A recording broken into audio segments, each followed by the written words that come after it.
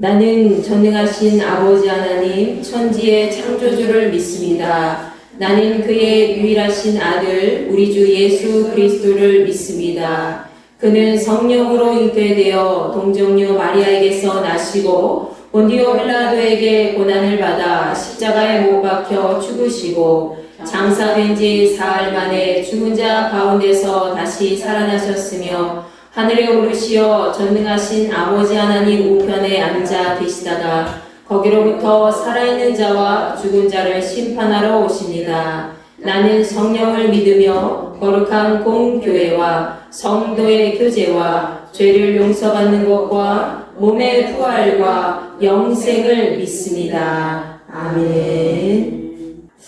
자, 오늘 우리에게 주신 하나님 말씀이죠. 갈라디아서 6장 1절부터 10절까지의 말씀입니다.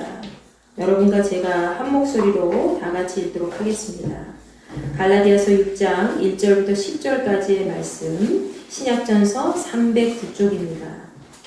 다 함께 합독하도록 하겠습니다. 시작! 형제들아, 사람이 만일 무슨 범죄한 일이 드러나거든 신령한 너희는 온유한 심령으로 그러한 자를 바로잡고 너 자신을 살펴보아 너도 시험을 받을까 두려워하라. 너희가 짐을 서로 지라. 그리하여 그리스도의 법을 성취하라. 만일 누가 아무것도 되지 못하고 된 줄로 생각하면 스스로 속임이라. 각각 자기의 일을 살피라. 그리하면 자랑할 것이 자기에는 있어도 남에게는 있지 아니하리니 각각 자기의 짐을 질 것이라. 가르침을 받는 자는 말씀을 가르치는 자와 모든 좋은 것을 함께 하라. 스스로 속이지 말라. 하나님은 업신여김을 받지 아니하시나니 사람이 무엇으로 심든지 그대로 거두리라. 자기의 육체를 위하여 심는 자는 육체로부터 썩어질 것을 거두고 성령을 위하여 심는 자는 성령으로부터 영생을 거두리라. 우리가 선을 행하되 낙심하지 말지니 포기하지 아니하면 때가 이름에 거두리라. 그러므로 우리는 기회 있는 대로 모든 이에게 착한 일을 하되 더욱 믿음의 가정들에게 할지니라. 아멘. 자, 우리 지난 시간에 우리는 주께서 주시는 참 자유를 누리면서 성령으로 살고 행하는 삶에 대해서 살펴보았죠. 자, 오늘은 갈라디아서 6장 말씀을 마지막으로 살펴보면서 갈라디아서 5장과 연결해서 성령으로 심고 거두는 삶이 어떤 삶인지 함께 알아보도록 하겠습니다. 자, 갈라디아서 5장 마지막 구절에서 사도 바울은 우리가 성령으로 새 생명을 얻은 삶을 살아가게 된다면 이제 성령을 따라 살아가야 한다라는 사실에 대해서 언급하고 있지요. 그것은 세상의 헛된 어떤 영광을 구하는, 자신의 영광을 구하는 그런 교만에 빠지지 말고 서로 다투거나 시기하는 그런 삶이 아니라는 것을 얘기합니다. 바울이 언급한 성령을 따르는 삶은 육체의 욕심을 따르는 삶이 아니라 성령의 뜻대로 살아가는 삶이라는 것을 이야기를 하고 있는 것이죠. 결국 갈라디아서 6장의 전체적인 말씀은 사도 바울이 이 갈라디아 교회 성도들에게 복음 안에서 실천적인 삶의 자세를 가르치는 부분이 되어 있지요. 어떻게 해야 복음 안에서 우리가 예수 그리스도의 뜻을 잘 실천하면서 그리스도인으로서 역할을 잘 감당해야 되는가 우리에게 그렇게 알려주고 있습니다. 그것은 바로 오늘 말씀의 제목처럼 성령으로 심고 거두는 삶을 살아갈 때 가능한 것이죠. 자, 오늘 말씀을 통해서 성령으로 심고 거두는 실천적인 복음의 삶을 우리가 함께 나눠보면서 내 자신을 한번 돌아보면서 내 자신의 삶이 과연 성령으로 심고 거두는 삶이었는가 다시 한번 되돌아보고 되새기는 시간을 갖도록 하겠습니다.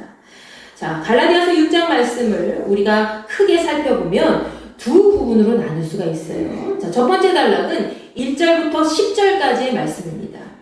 자, 여기서 바울은 믿음에 합당한 성도의 실천적인 삶의 자세에 대해서 가르쳐주고 있죠. 자, 두 번째 단락은 11절부터 18절까지의 말씀이죠. 여기서는 율법주의자들이 계속해서 주장하고 있는 이 할례가 그들의 삶 속에 결코 유익하지 않다라는 것을 강조하면서 바울은 갈라디아 교회 성도들에 대해서 마지막에 축도하는 부분까지 내용을 담고 있습니다. 자, 우리가 함께 나눌 말씀은 첫 번째 부분이에요. 어떤 말씀입니까? 1절부터 10절까지의 말씀이죠. 그렇지만 전체적으로 우리가 내용을 살펴보면서 사도 바울이 이 갈라디아 지역의 모든 그리스도인들에게 쓴 편지를 어떻게 마무리하고 있는지 그 부분까지도 우리가 좀 살펴보겠습니다. 자, 바울은 오늘 본문 말씀 1절부터 5절까지의 말씀에서 성령 안에서 서로 짐을 지는 공동체가 되라고 말씀하고 있습니다. 자, 이것이 바로 성령으로 심고 거두는 첫 번째 삶의 모습이라는 거죠. 우리가 우리의 삶의 역할을 잘 감당하고 공동체 안에서 피해를 주지 않으면서 오히려 도움에 필요한 자가 있다면 어떻게 하라는 거예요?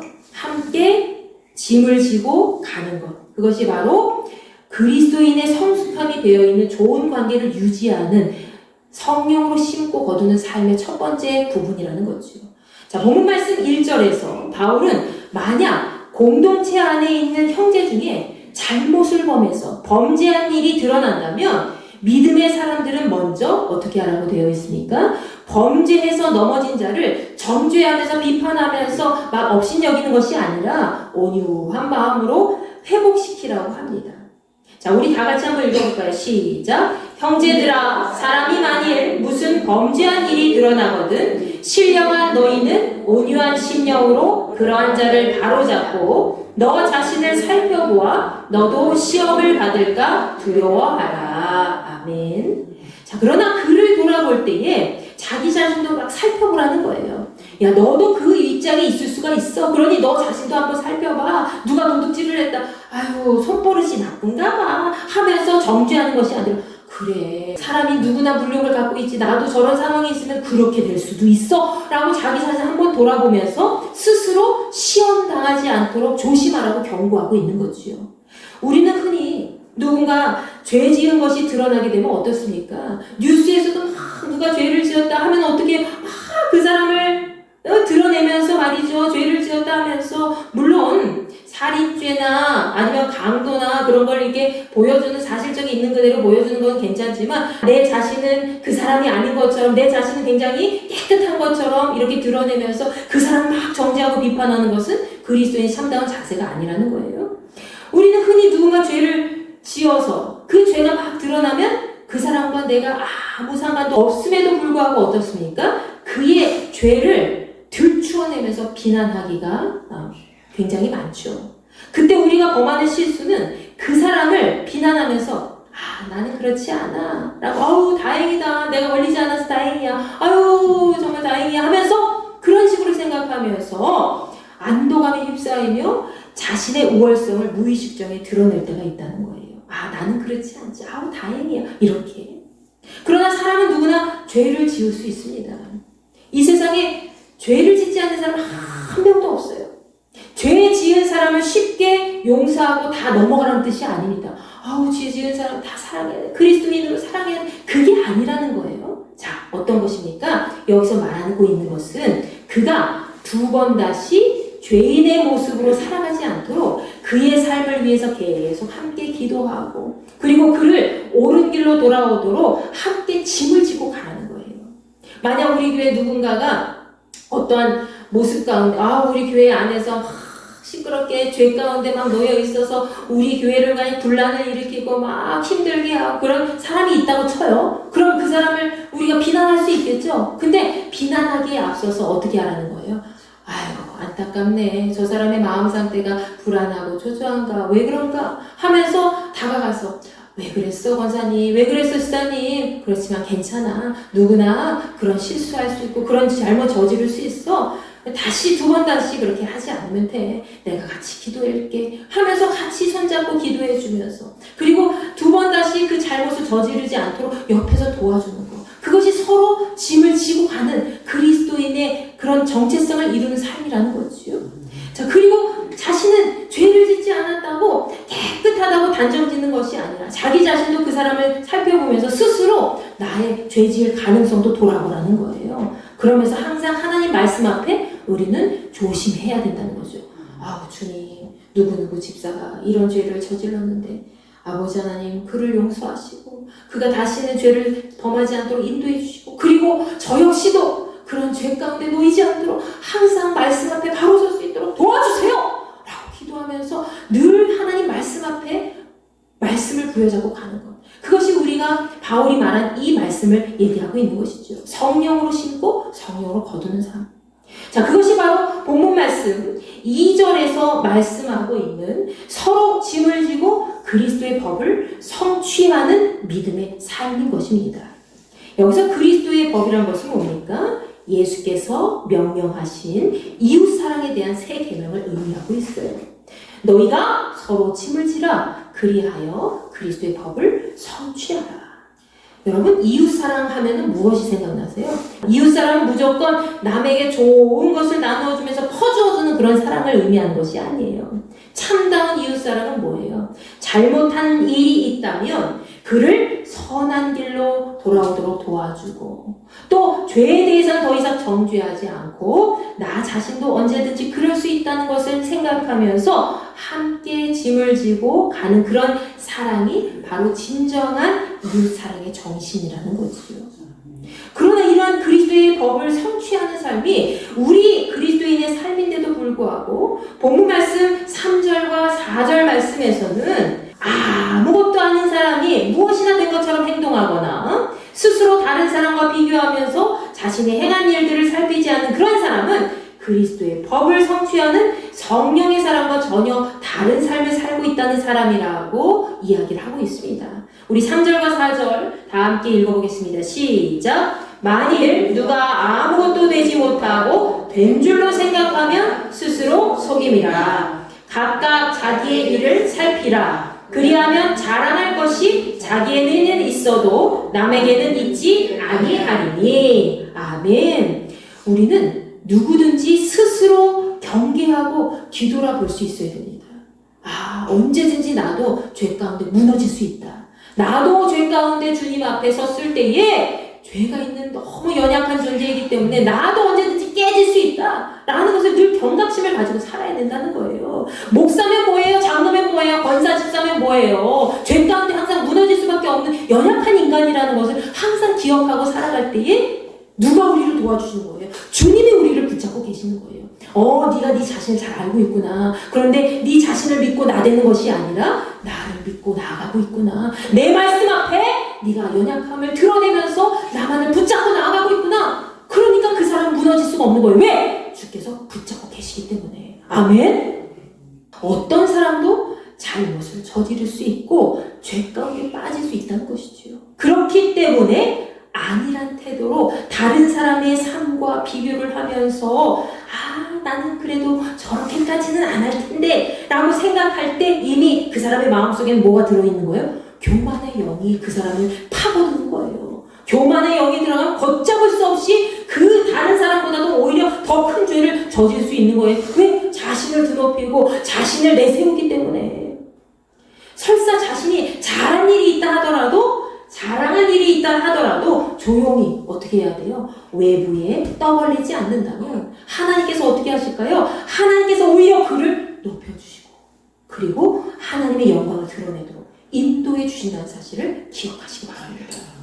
내가 내 자랑을 하면 뭐예요? 다른 사람 자랑, 권사님, 집사님 좋은 일이 있었네 하면서 물론 거기까지 할 수 있어요. 근데 자꾸 사람이 칭찬을 듣다 그래 우리 자식분이 없지 뭐. 그래 내가 이렇게 잘 살지 뭐. 내가 노력한 덕이지 뭐 하면서 자신을 자꾸 드러내게 되어 있고 교만의 영이 들어가서 결국에는 내가 내 영광을 받게 되고 하나님의 영광을 가리게 된다는 거예요. 그러니까 하나님 앞에 더 큰 죄를 범하게 된다는 것이죠. 바울은 이렇게 우리가 서로 짐을 지고 그리스도의 법을 성취하면서 본문 말씀 5절에서 각각 자기의 짐을 가라고 이야기를 합니다. 이상하다. 여러분 의문이 나죠? 아까는 서로 짐을 지라고 했는데 왜 지금은 각각 자기의 짐을 지라고 말씀하고 있는 것일까? 여러분 서로 짐을 지는 것과 각각 자기의 짐을 가는 것은 어떤 의미로 받아들여야 될까요? 이 말씀은 그 전에 언급한 서로 짐을 지는 것과 연결되어 있는 부분이라 할 수가 있습니다. 여러분, 공동체 안에서 연약한 자가 있다면 당연히 서로 짐을 지고 같이 발 맞추어 가면서 그가 죄에 빠지지 않도록 서로 짐을 지고 이끌어 줘야 되지요. 그러나 그것은 나 스스로 공동체 안에서 내 역할을 잘 감당하고 갈 때 가능한 것이라는 거예요. 그렇기 때문에 우리는 성령 안에서 각자 책임감을 갖고 자기 역할을 잘 감당하면서 서로 어려움에 처하지 않도록 그 짐을 지고 같이 가야 된다는 것이죠. 내가 내 역할 제대로 하지도 못해 휘청거리고 있는데 어떻게 서로 짐을 지고 가요? 내가 내 역할을 하면서 내 짐을 당당하게 지고, 그리고 옆에 상대방이 정말 불안정하고 연약할 때에 그래, 내가 함께 도와줄게 하면서 힘을 낼 수 있는 거지. 내가 내 역할도 하지 못하고 왔다 갔다 거리는데 어떻게 다른 사람 도와줄 수 있냐는 거예요.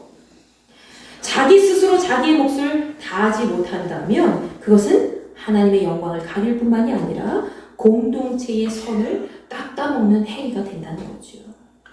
두 번째로, 성령으로 심고 거두는 삶은 어떤 삶입니까? 오늘 본문 말씀 6절부터 10절까지의 말씀에 기록되어 있듯이 성령을 위해서 선을 심고 영생을 거두는 삶을 의미합니다. 자, 성령을 위해서 선을 심고 영생을 거두는 삶을 살기 위해서는 먼저 본문 말씀 6절에 기록되어 있듯이 하나님의 가르침을 배우는 사람은 가르치는 사람과 모든 좋은 것을 함께 나누어야 된다는 것이지요. 즉, 오늘날의 표현으로 바꾸면 어떤 말씀입니까? 목회자와 성도가 서로 예수 그리스도의 가르침 속에서 영과 육이 건강해지도록 하나님 앞에 선한 것을 계속 행하는 삶을 함께 하면서 나아가야 된다는 거예요. 목회자 혼자만 하는 것이 아니라 성도 혼자만 하는 것이 아니라 함께 발맞춰서 어떻게 여러분과 제가 함께 예배를 드리고, 그리고 여러분과 제가 함께 누군가를 위해서 같이 기도하고, 그리고 함께 전도를 하고, 그리고 하나님의 말씀 앞에 함께 발맞추어서 올바른 삶을 살아갈 때에 우리는 이미 함께 성령으로 선을 심는 행위를 하고 있다는 것입니다. 믿으십니까? 그리고 성령을 위해서 심는 자는, 성령을 위해서 선을 심는 자는 본문 7절 말씀에 언급되어 있듯이 스스로 속이는 행동을 하면 안 된다는 것이죠. 스스로 속이는 행동. 바울은 하나님께서 업신여김을 받으시는 분이 아니기 때문에 사람이 무엇을 심든지 그대로 거두리라 하고 말씀하고 있습니다. 여러분, 우리가 사람은 어떻게든 속일 수 있잖아요. 나중에 드러날지언정 어떻게든 사람은 교묘하게 속일 수 있다 쳐요. 그렇지만 하나님은 속일 수 없다는 거예요. 하나님은 여러분 속속들이 다 보고 계세요. 김은자 권사가 남편 밥을 뭐 해줄까 생각하고 있구나. 이런 것들 다 보고 있다는 거예요. 이종국 권사가 아유 점심 식사는 뭐 할까 이거 생각하는 것처럼 다 그렇게 하고 있다는 거예요. 자신이 무엇을 심든지 심은 대로 거두는 것입니다. 아멘. 여러분이 주님의 사랑을 심으면 어떨까요? 그 심은 곳에서 주님의 사랑이 막 싹 터요. 여러분이 미움을 심어요. 다툼을 심어요. 그럼 어떨까요? 다른 곳에서 여러분이 가는 곳마다 막 다툼이 일어나고 미움의 결과가 나타난다는 거예요. 농사를 지을 때도 어떻습니까? 여러분 농사를 많이 짓고 계시잖아요. 땅에 무엇을 심든지 거짓말을 할 수가 없다는 거죠. 저희 부모님 그 텃밭이라고 무슨 노루궁뎅이처럼 조그만 것뿐이 없어요. 뒤쪽에. 그런데 거기다가 그냥 꽃도 심으시고 막 그렇게 하시는데 어머니가 꽃을 좋아하시니까 채송화가 이렇게 났다고. 채송화 씨를 뿌리고 이렇게 조금 심어야 그게 나온 거지. 그렇지 않으면 다른 열매는 나올 수 없잖아요. 내가 가지를 심었는데 가지가 나야지 포도가 나올 수 있습니까? 그럴 수 없어요. 내가 열무를 심었어요. 열무가 나와야 되는데 양파가 나올 수 있습니까? 그럴 수 없다는 거예요. 따라서 여러분의 마음과 영혼이 무엇을 생각하고 심느냐에 따라 그 결과가 달라지게 되었다는 것이지요.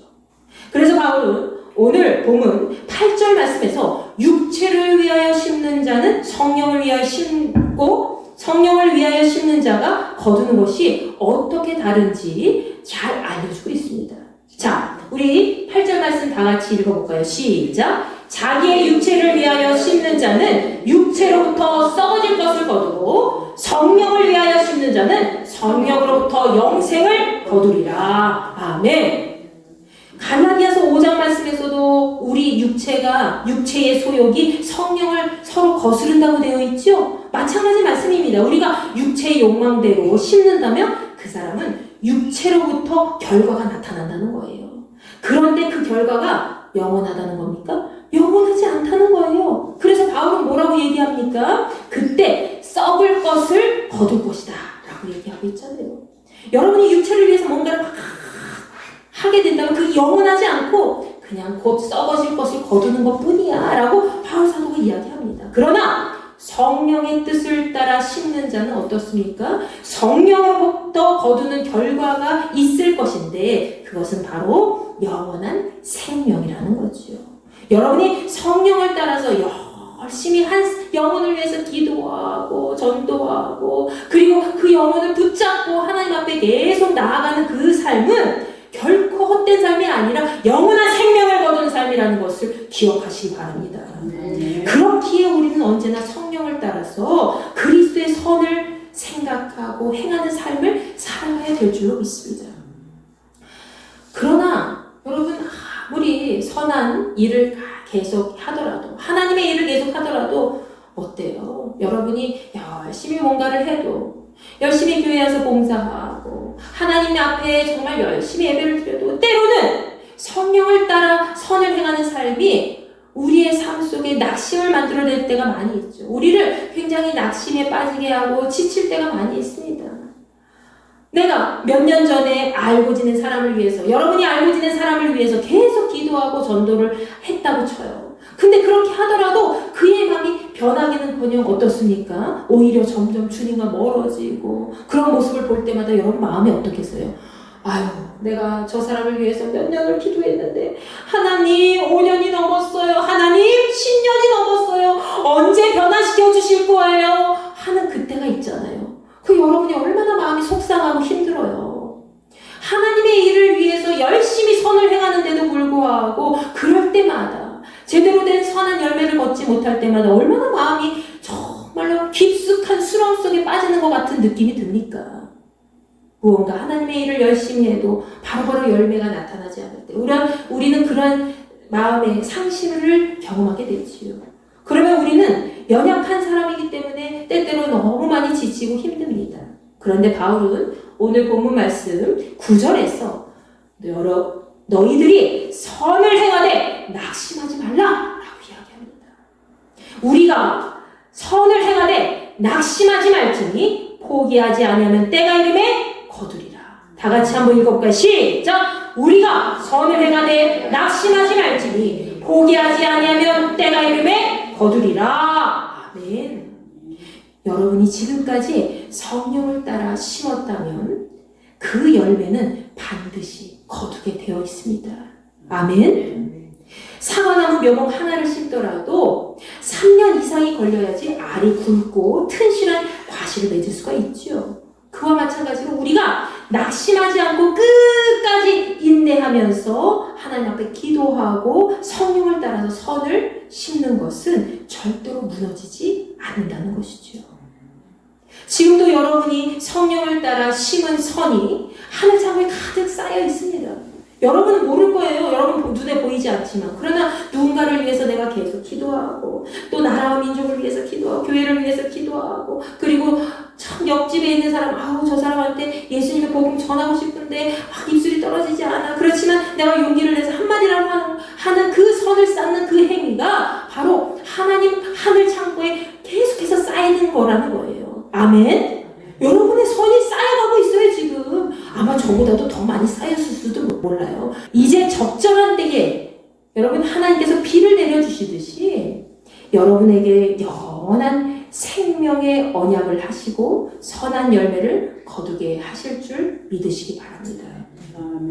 우리가 성령으로 선을 심고 하나님 앞에 영생을 거두게 될 것이라는 약속을 받았다면 이제는 여기서 더 나아가 이 본문 10절 말씀에 기록된 대로 기회가 닿는 대로 모든 사람에게 선을 행해야 된다고 말씀하고 있습니다. 그런데 여기서 바울은 특히 믿음의 가정들에게 그렇게 선을 쌓는 일을 행하라고 말씀하고 있지요. 이 부분 역시 서로 짐을 지는 그리스도의 공동체를 온전히 이루는 삶과 연결되어 있습니다. 우리가 각자 도생으로 알아서 신앙생활하면 그렇게 의미 없이 교회만 계속해서 왔다 갔다 하고 아유 야 믿음은 그냥 개인 것이야. 구원은 개인이 이루는 것이야. 아유 그러니까는 저 사람이 뭘 하든 말든 상관 쓰지 말고 그냥 나만 알아서 하지 라는 마음을 가지고 그냥 어려움에 처한 사람 모른 척하고 넘어가고 형제자매가 믿음의 공동체가 그냥 무너져 내리고 있을 때 자기 혼자만 잘 다니면 되지 이런 삶을 살아간다면 우리 믿음의 공동체가 있어야 할 이유가 전혀 없는 거예요. 어떤 사람이 이렇게 얘기해요 저한테. 아니 목사님 그냥 하나님만 잘 믿으면 천국 가는 거 아니에요? 근데 왜 교회는 있어요? 교회에 꼭 다녀야 되는 거예요? 이렇게 얘기를 하는 거예요. 여러분 잘 생각해 보세요. 혼자서 신앙생활하는 거 물론 가능해요.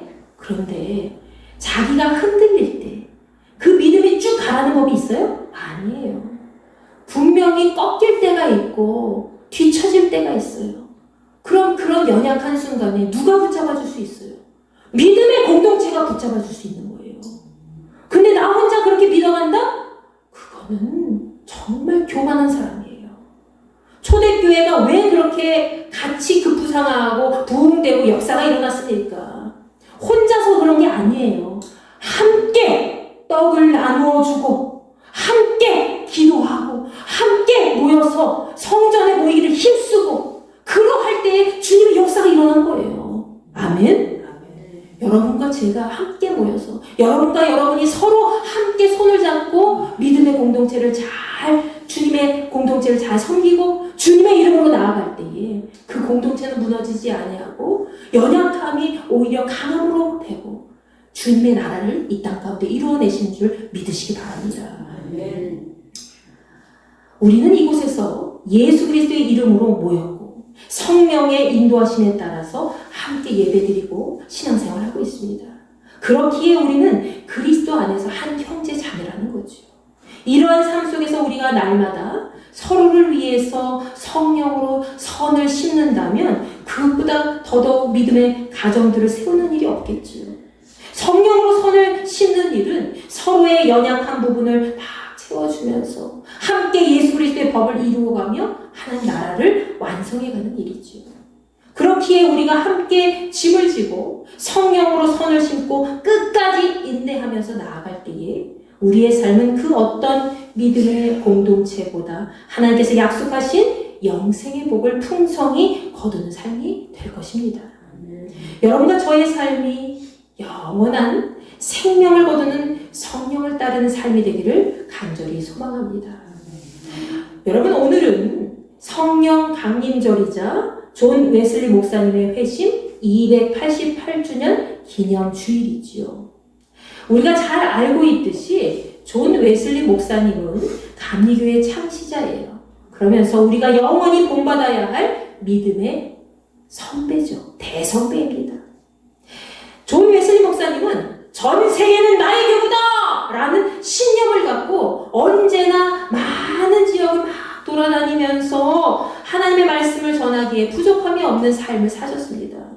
누구는 아유 2만 보도 걸어요 저한테 얘기하고 3만 보도 걸어요 저렇게 얘기해요. 저한테 어떤 젊은 분이 저한테 얘기를 해요. 어휴 대단하자고 지난번에 길 가다가 어떤 분을 만나가지고 아는 분을 만나서 그렇게 이야기를 나눴는데 2만 보 3만 보가 뭐예요. 더 이상 다니셨어요. 존 웨슬리 목사님은 그냥 다니신 게 아니에요.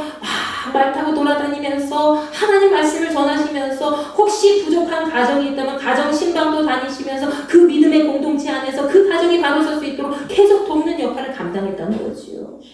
그래서 그분의 동상에는 항상 저렇게 말을 타고 다니시면서 전도하시는 모습이 많이 있습니다. 사실 웨슬리 목사님이 젊으셨을 때부터 영성이 막 깊고 흔들리지 않는 믿음으로 사셨던 것은 아닙니다. 그분은요 많이 흔들리셨어요. 더구나 예전에 제가 그랬잖아요.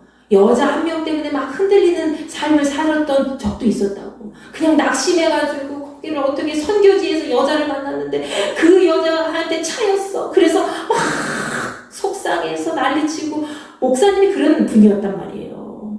여자 때문에도 그렇고 막 하나님 말씀 전에 뜨거움이 없어. 열정이 없어. 그냥 내 마음에 열정은 있는데 뭔가 영혼에 충분한 뜨거움이 없었다는 거예요. 그렇게 계속 신앙생활 하다 보니까 내가 살아있는 믿음을 갖고 있는 건가? 믿음이 도대체 뭔가? 구원이 도대체 뭔가? 이런 생각을 가지고 계속 사셨다는 거예요. 그러니 영성이 깊다고 할 수는 없죠. 그러나 깊은 영성을 나아가면서 노력은 계속 하셨어요.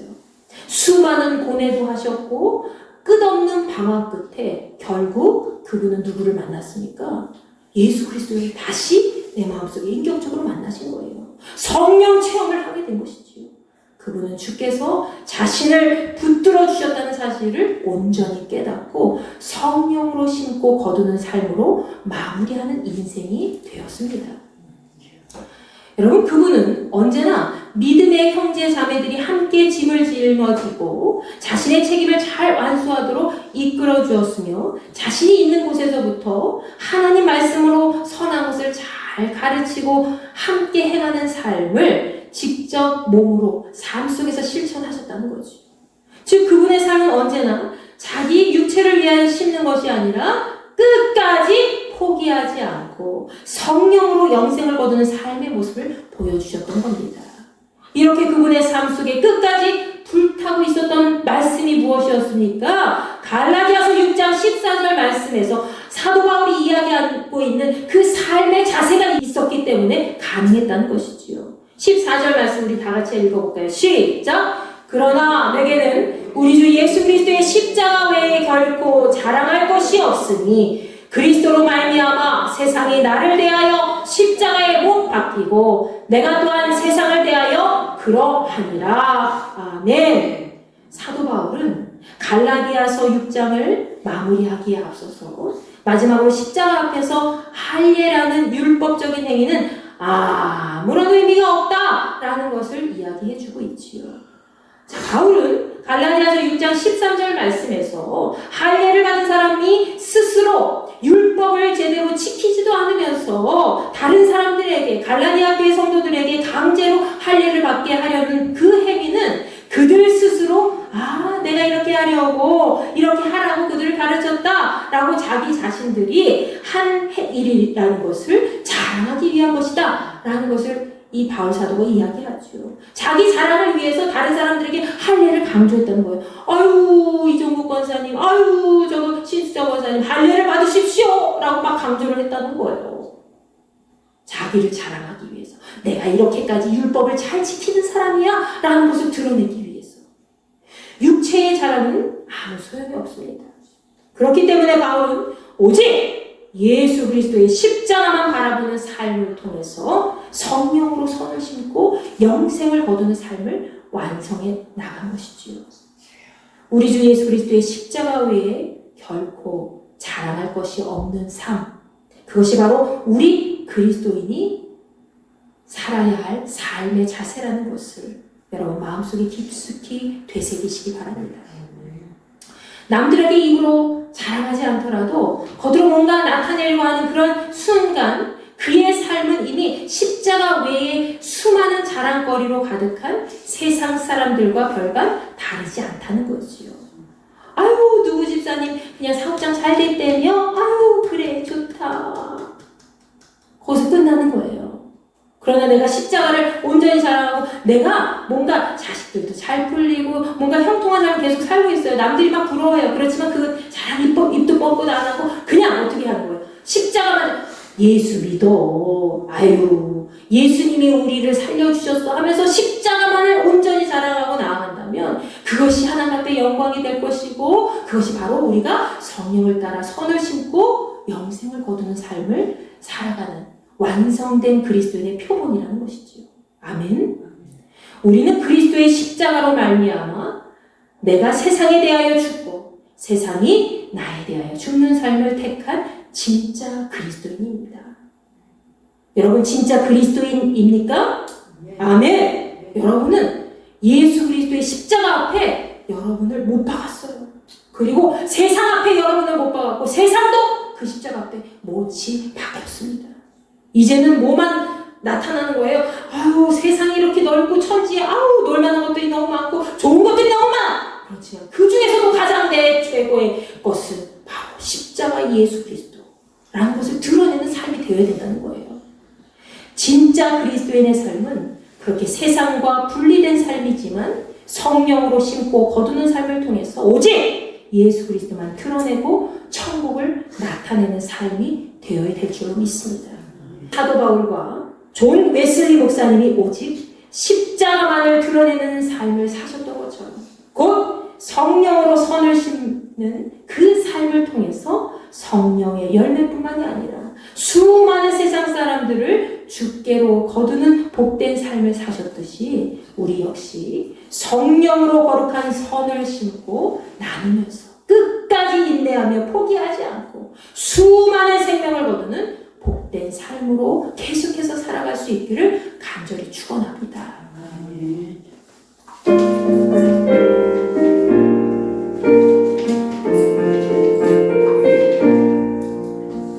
빈들의 마른 불같이 시들은 나의 영혼 주님의 약속한 성령 간절히 기다리는 거물로 메마른 땅에 담비를 내리시는 성령의 담비를 부어 새 생명 주옵소서. 반가운 빗소리 들려 산천이 춤을 추는 봄비오 내리는 성령 내게도 주옵소서. 거물로 메마른 땅에 담비를 내리시는 성령의 담비를 부어 새 생명 주옵소서. 절 따라 우로를 내려 조목이 불성하니 갈급한 내 심령 위에 성령을 비우소서.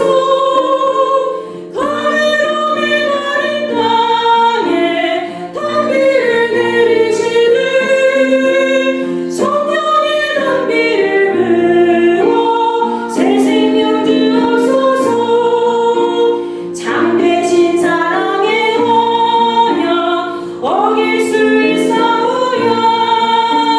오늘의 흡족한 은혜 주실 줄 믿습니다. 거물로 메마른 땅에 담비를 내리시는 성령의 담비를 부어 새 생명 주옵소서. 거물로 메마른 땅에 담비를 내리시는 성령의 담비를 부어 새 생명 주옵소서. 여러분 이 시간 기도합니다. 아버지 하나님, 내가 이 세상 살아갈 때에 내가 내 자신을 온전히 드러내며 십자가를 바라보지 않고 살아갈 때 많이 있었고 성령을 따라 선을 심지 못하고 성령을 따라 선을 심는 행위를 통해서 영생을 거두지 못하였습니다. 아버지, 이제는 달라지길 원합니다. 이제는 주 예수 그리스도의 십자가 외에는 결코 자랑할 것이 없다고 하셨사오니 그 말씀을 부여잡고 우리 믿음의 공동체가 함께 십자가만을 자랑하며 서로 연약한 부분을 강하게 채워주고 서로 짐을 지고 각자 자기의 역할을 잘 감당하면서 함께 주님의 가르침을 나누며 주님의 선을 심는 행위를 통해 날마다 거룩한 영생의 삶을 거두는 인생들이 되기를 원합니다. 주여 역사하여 주시옵소서. 성령으로 심고 성령으로 거두는 삶을 통해 날마다 하나님 나라의 영광을 위해서 온전히 힘쓰는 주의 자녀로 거룩한 복된 자녀로 살아갈 수 있도록 주여 은혜를 베풀어 주시옵소서. 여러분 이 시간 이 마음을 품고 주여 한번 외치고 기도합니다. 주여 아버지 하나님 감사합니다. 저희들이 이 시간 함께 모였습니다. 세상 가운데 살아갈 때에 우리는 세상의 모든 것을 등에 짊어지고 아버지 하나님을 외면하고 살아갈 때 많이 있었습니다. 세상의 자랑거리로 인해서 내 자신을 먼저 드러내고 십자가 예수를 자랑하지 못할 때 있었습니다. 주여 저희들을 용서하여 주시옵소서. 바울과 같이 웨슬리 목사님과 같이 우리도 언제 어디서나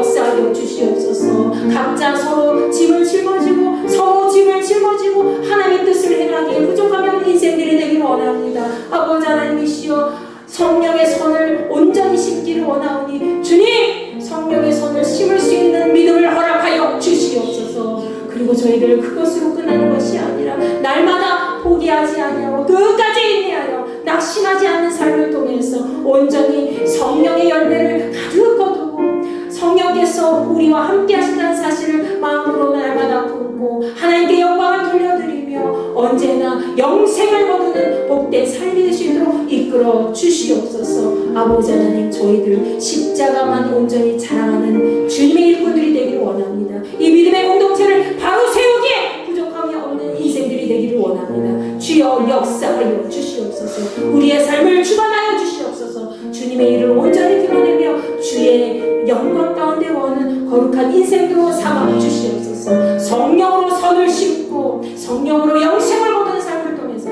날마다 하나님의 뜻을 온전히 세상 가운데 드러내며 하나님 나라가 이 땅 가운데 있음을 나타낼 수 있는 거룩한 지체들로 우리를 세워 주시옵소서. 우리 인도계 모든 지체들마다 그러한 삶을 살아가게 될 줄로 믿습니다. 아버지 하나님이시여, 우리를 붙잡아 주시옵소서. 우리를 통해 주변에 있는 많은 사람들이 변화되게 하시고 많은 생명들이 건짐을 받을 수 있도록 주여 은혜를 베풀어 주시옵소서. 우리 예수를 주장하여 주시고 날마다의 삶 속에 오직 성령으로, 오직 믿음으로, 오직 성경으로 날마다 한 걸음 한 걸음 나아갈 수 있는 삶이 될 수 있도록 주여 역사하여 주시옵소서. 성령으로 심고 영생을 거두는 삶을 통해 주님 앞에 영광 돌릴 수 있도록 주여 은혜를 베풀어 주시옵소서. 이제는 우리 주 예수 그리스도의 은혜와 하나님의 무한하신 사랑과 성령님의 감화 감동 내주 역사 교통 위로하시니 성령으로 선을 심고 성령으로 영생을 거두기를 희망하는 우리 인도교회 모든 지체들과 거룩한 그리스도인 모두에게 함께하여 주시기를 간절히 축원하옵나이다. 아멘.